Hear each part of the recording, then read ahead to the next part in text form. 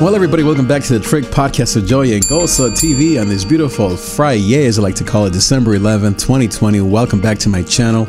Welcome back to this episode, talking today about my story of healing, deliverance, and success.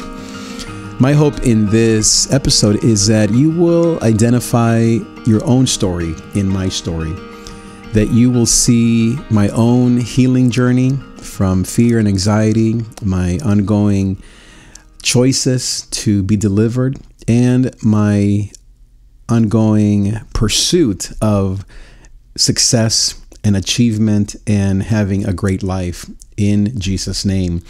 And so if you are at a place where you feel stuck, especially this year of 2020 and 2021, and you need an example, a guide, someone who can walk alongside of you in this journey called life, then I hope to be that example to you. So, but before I get into the actual content of this episode, I want to remind you of two different courses that I'm offering right now. One is a free webinar that's actually happening next week, December 15th, that is called How to Make a Second Income Stream Through Podcasting and Live Streaming.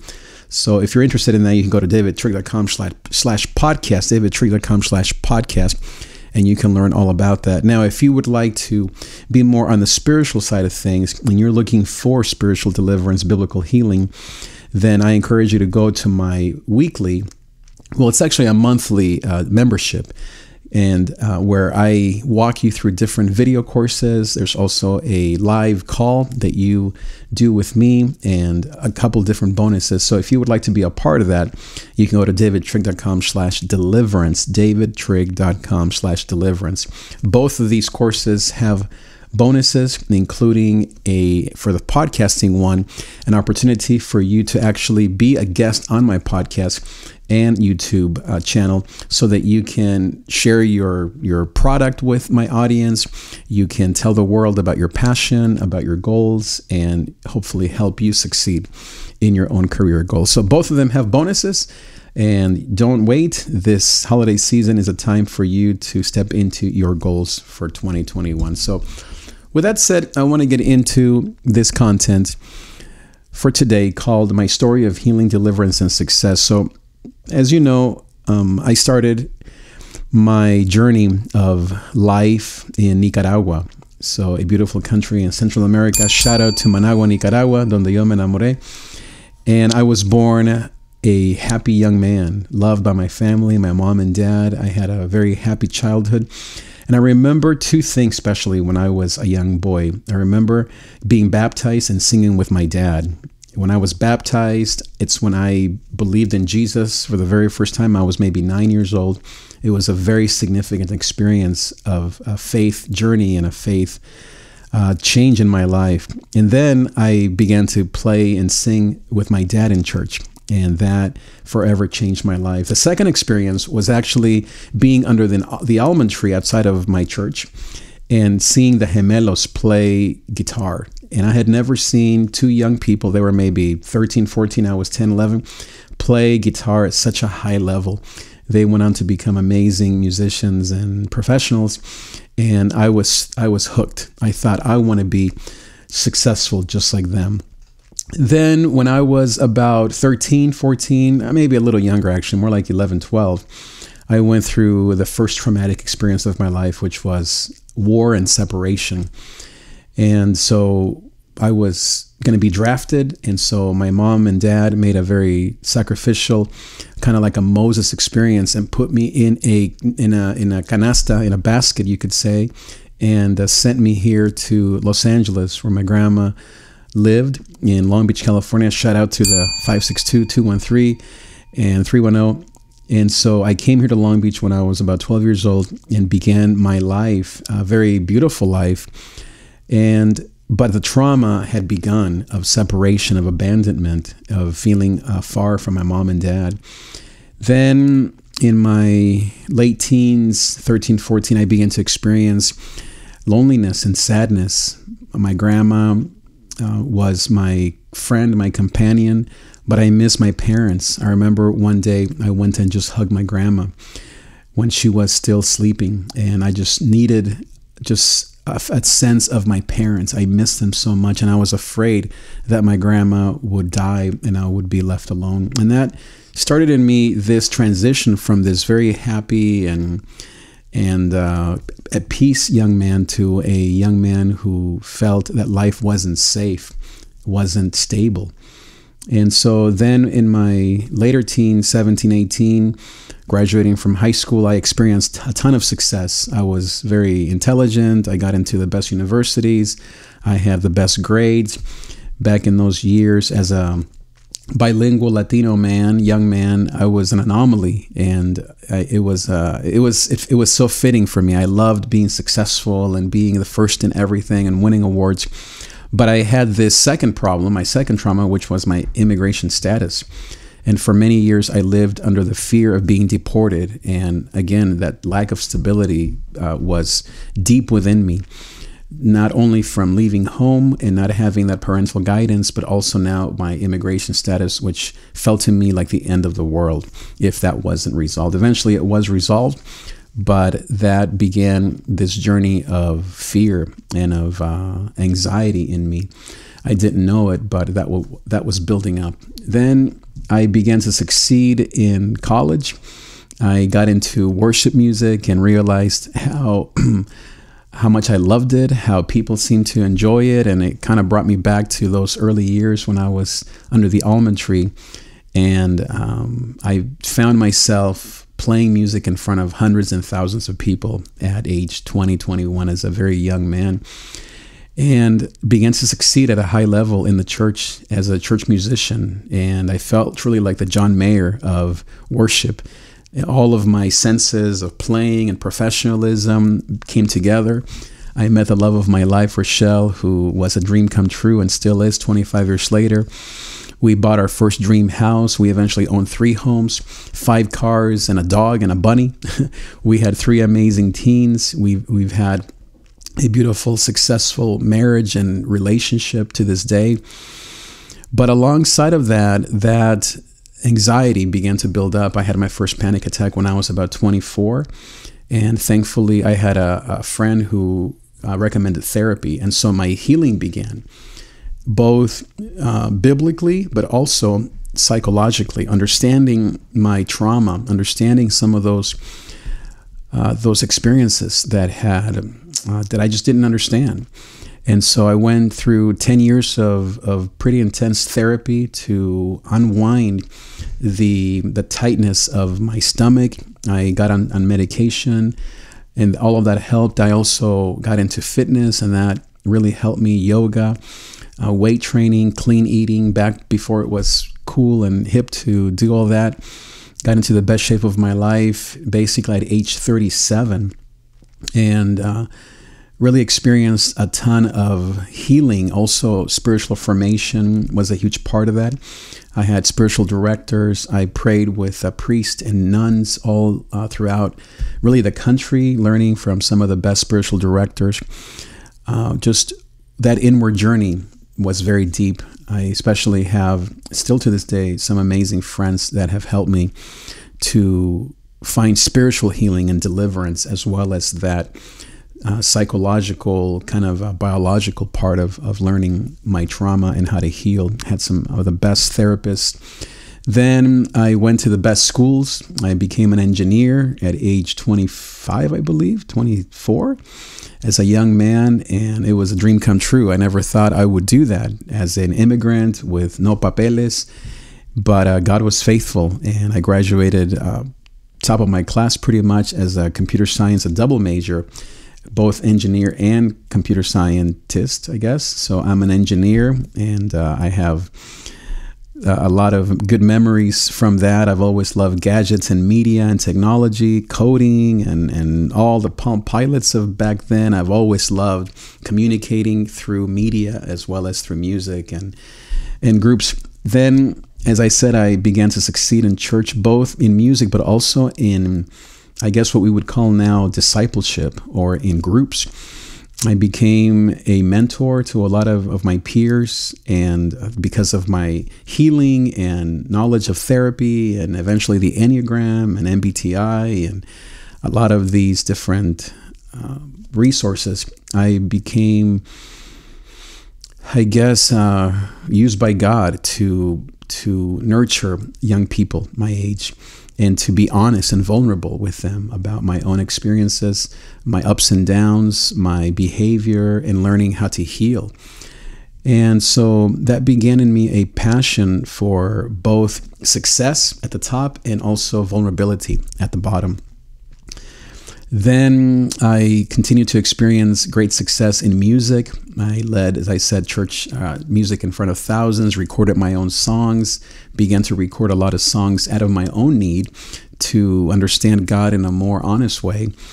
And then I felt a call to be a lead pastor. I'd always felt that calling, or that, I guess, that instinct, that inkling in me to speak and to lead. I've never wanted to be somebody's employee. I've always been entrepreneurial, kind of a boss, CEO, lead person. I don't like being told what to do or having people decide my future economically and as well as in leadership. So I knew that I eventually would start my own something, a church or company or media or whatever it may be. And that began in me a journey to be now the man that I am now, not only married to the love of my life and having these three amazing young adults that we both adore, but as I said, being a coach, a media mentor, pastor, and to help people now do what I've done, and that is to succeed at life, but to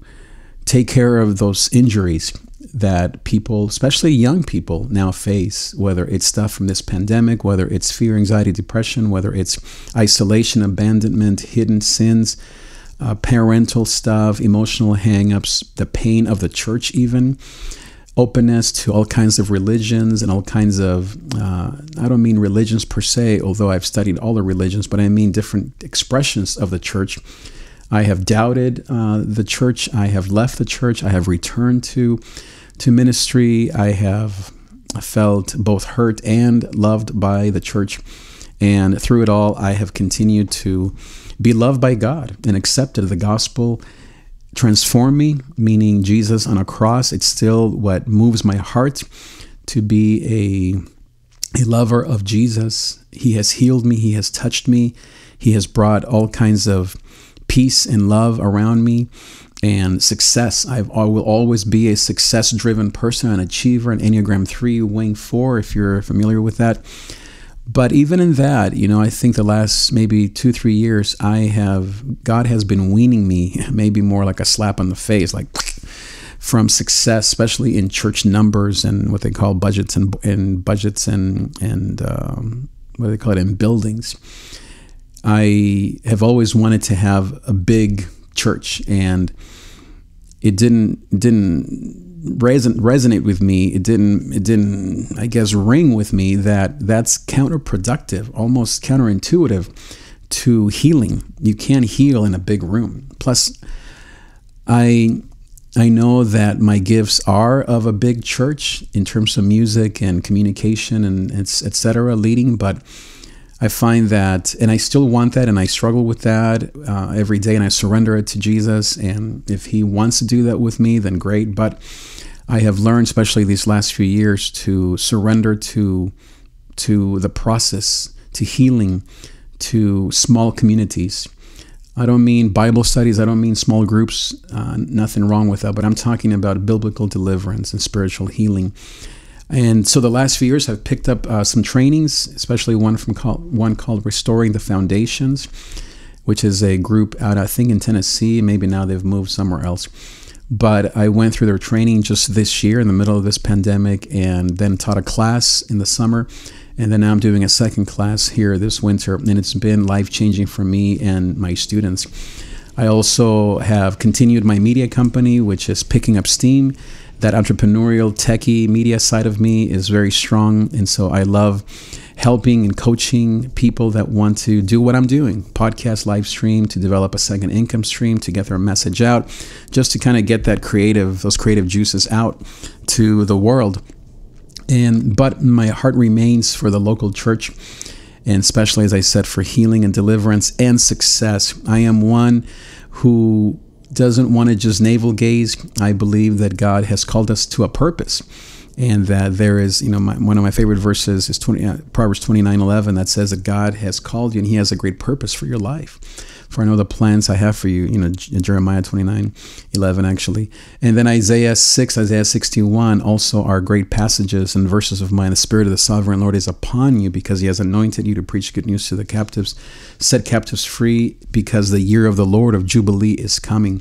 And I love that whole process of being called, anointed, that He has healed me. Isaiah 6 talks about that cold that has come to take away my guilt. And so that's the healing, the spiritual healing.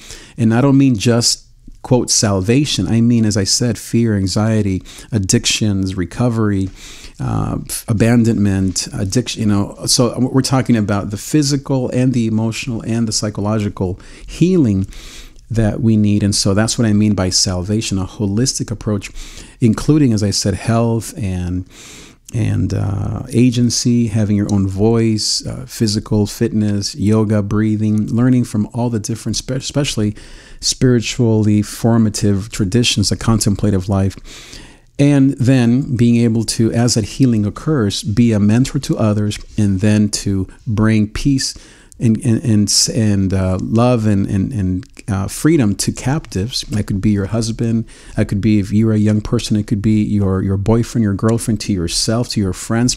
If you are a mom or a grandma, to your kids, to your grandkids. And then to do that for the sake of your purpose. It says there, for the year of Jubilee. And so we're talking about a great party, the day of GOZO, as I like to call it. And so all of this healing and teaching is not only important, but it's for the purpose of Jubilee, of purpose, of joy. For me, that joy is loving my wife, singing, touching the world with this podcast, with my life, loving my beautiful wife, being a mentor to our kids, just playing my guitar and enjoying my life. And eventually, if God gives us grandkids or great grandkids, then that all would be a dream. But I believe that my wife Rochelle and I's year of Jubilee, our purpose is to change the world for Jesus, to bring healing and transformation and success and greatness to young and old, to black and white, to everyone around us in any language. And to be an example of that to you. And the way that I do that now is, as I said, through all of the different tools that you see, this podcast, the video courses, the live streaming, the music, the recordings, my sermons, my church, through mentoring, coaching. I do a lot of coaching one-on-one, a lot of it through text now, through Zoom these days, a lot of the classes that I teach. All of that, by the way, you can go to my website and find out information for that, or you can just simply start being part of our virtual church on Sunday mornings. All of that information will be here at the bottom. But my point is that I guess at the end of the day is that I am still a man in the journey, that I am not coming to you as a person who's, like Paul says, who's already attained it. I am a wounded healer, like Henry Nouwen said. I am someone, like Brennan Manning said, who is loved by who I am, not by who I should be. Of course, I have my hang-ups. I have my reptile brain that wants to succeed and wants to have 1,000 likes, and who gets down and anxious over this virus, or over a party, or meaning a gathering of families, or over a loss of a job, or you name it, right? I still have to work through that. Even just this week, I've had to breathe through some of these things. And so I come to you as a fellow, I guess, a sojourner along the journey of life, and as someone who is in healing. And I believe, I was talking last night to actually our group, our training that just started last night, that there might be parts of me that will never be healed, and I'm okay with that, because they move me to dependency upon Jesus, upon my beautiful wife, and relationships in my life, to my practices, and to friendships that I really hold dear. And that, like Paul says, it's in our weakness that we become strong. It makes me a more compassionate person. It lowers my ego of wanting to be a successful YouTuber or pastor of a mega church. It brings me down to earth to be in my heart and not so much in my doing.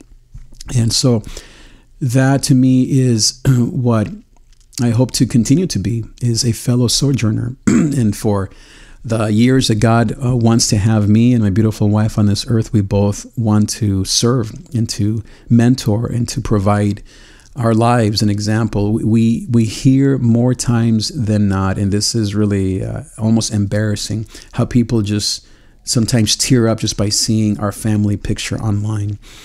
And that's because mostly of my beautiful wife and our amazingly gorgeous looking kids. I bring up the back end, but I remember this one man about my age that was in church one day, and just out of nowhere, I had my family come up on stage, and at the end of the service, and this is a man who plays at churches of 10,000. Okay, so this is a very successful musician. He came up to me and said, "Trig, it made me tear up just seeing your family up there. That's exactly what I want for my family." I had another person also just recently telling me that she's been through a lot of challenges in her own childhood, and now even with her daughters, she's been through a lot of challenges. And when she just sees our picture, again, this is not a humble brag, this is just, I guess, how God surprises me all the time. She was saying, just seeing your picture sometimes on your lives makes me tear up, not only for what I want for my daughters, but for what I wish I had had when I was a young girl. And so she says, keep doing what you're doing, no matter how many likes, follows, all that stuff. And that's my journey of grace, of GOZO, of joy. GOZO, by the way, means joy in Spanish. And that comes from my mom, who is a woman of joy. And plus, of course, Psalm 30, verse 6, it says that though there's pain in the night, and that's alluding to the fear, anxiety, and all of the stuff that I've mentioned, all the abandonment, though there's pain in the night, GOZO comes in the morning, joy comes in the morning. And so that is kind of our mantra here, kind of our statement, as well as we will not be shaken, and some of the things you hear us talk about, viviendo la vida GOZO, living on GOZO Street, just being people of grace and of love.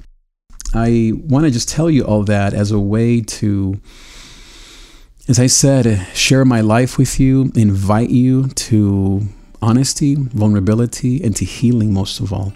And to know that your dreams are going to come true, even in this year. No matter if you're losing a job, if you're not feeling well, if you're dealing with fear, or someone in your life and your family is dealing with some issues, there is hope. There is pain in the night, of course, but GOZO comes in the morning, and I'm an example of that. My wife, our kids, and most of all, as I said, we are in the journey with you.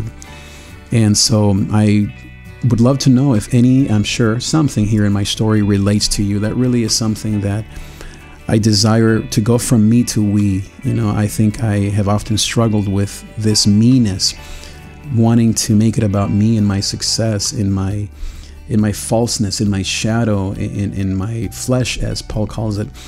I can try to protect myself or to find that safety in numbers, wanting to have lots of numbers and likes and comments. But I've realized that my true success comes in love and relationship, in honesty and vulnerability. And so I come to you, as I said, as a man who is in progress, and I don't want to impress or to show off or to say, hey, look at me. Really, I don't know what you can look at except my beautiful family, and that's been a grace of God.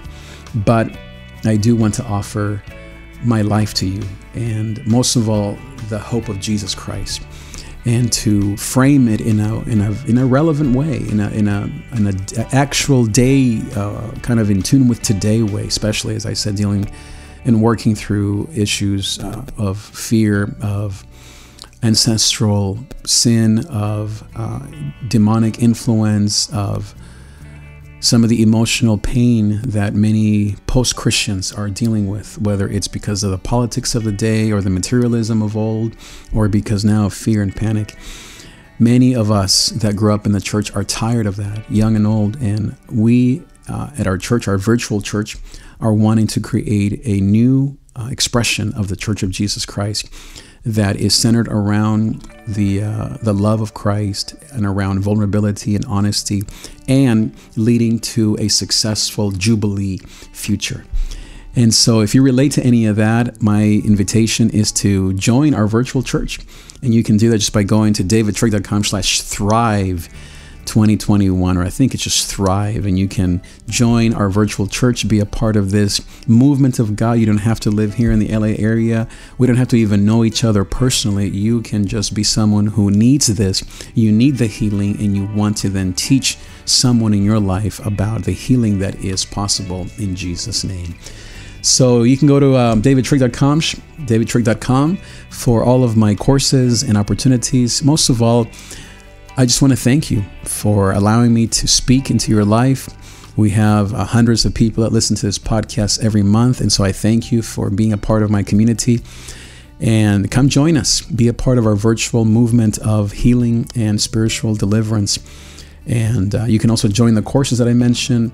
But as I said, just simply having you be present and having you say, yes, me too. I need healing. I need deliverance. And I need it for the sake of me and those I love around me. So thank you. My prayer for you today is that you will know that you are loved and that God wants to bring healing and deliverance to your soul. Thank you again for being here. Share this broadcast with your friends. Like, comment, subscribe. Make sure that you go to my YouTube channel and like and subscribe and comment on that channel, as well as on Instagram. You can follow me at davidTrig. Thank you again for being here, and I will see you next time. Adios.